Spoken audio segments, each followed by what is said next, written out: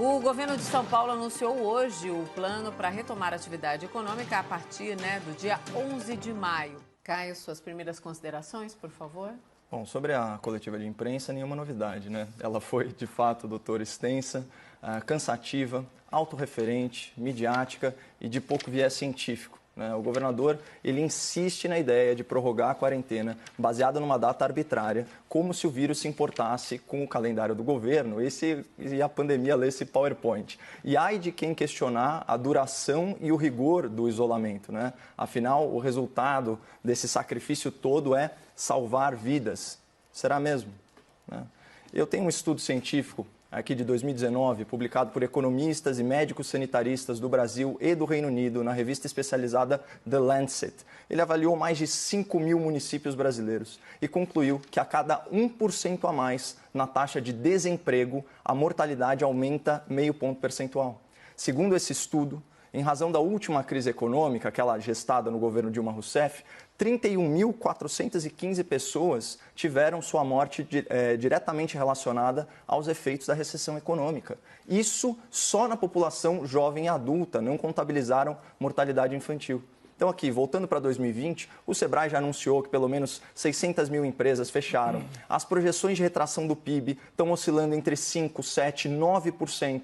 Um dos cenários do estudo do Instituto Brasileiro de Economia da Fundação Getúlio Vargas projetou 12 milhões e 600 mil novos desempregados no país.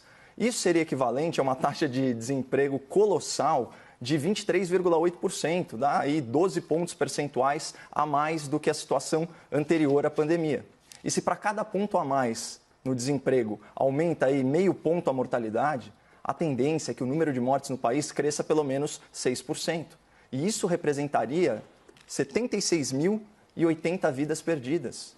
E 800 vidas perdidas, perdão. Isso só entre pessoas acima de 15 anos. É uma afronta à ciência, é uma afronta à lógica, é uma afronta ao bom senso dizer que paralisar a economia salva vidas, porque recessão mata. Outro argumento muito comum entre os teimosos advogados aí da radicalização do isolamento diz respeito à capacidade do sistema de saúde. De fato, a variável mais determinante para a sobrevivência de um paciente grave é a existência de leitos de UTI. Só que a percepção do grande público é de que o sistema do estado de São Paulo, que é o epicentro da epidemia, ele está absolutamente saturado. A imprensa contribui para esse clima de pânico ao publicar manchetes como aquela que a gente já discutiu aqui. O Hospital Emílio Ribas tem 100% da sua capacidade ocupada. Ok, só que tem a informação fundamental. São só 30 leitos de UTI num estado que tem mais de 15 mil leitos de UTI. Na contramão desse sensacionalismo, hoje foi anunciado que a fila de testes para o coronavírus está zerada, ou seja, não tem exame pendente para paciente. Também foi anunciada uma taxa de ocupação de leitos de UTI de 53% no estado e 73% na região metropolitana. Então, eu recomendo que o espectador acesse também o portal da transparência do Registro Civil na aba especial Covid. Lá é possível fazer uma comparação entre o número de óbitos de 2019 e 2020, tanto no seu estado quanto no Brasil inteiro. Aqui em São Paulo, nós tivemos esse ano 1.468 óbitos a menos por pneumonia e insuficiência respiratória. E se a gente selecionar o mês de abril, esse mês de abril até o dia 22, são 1.938 óbitos a menos em relação a 2019.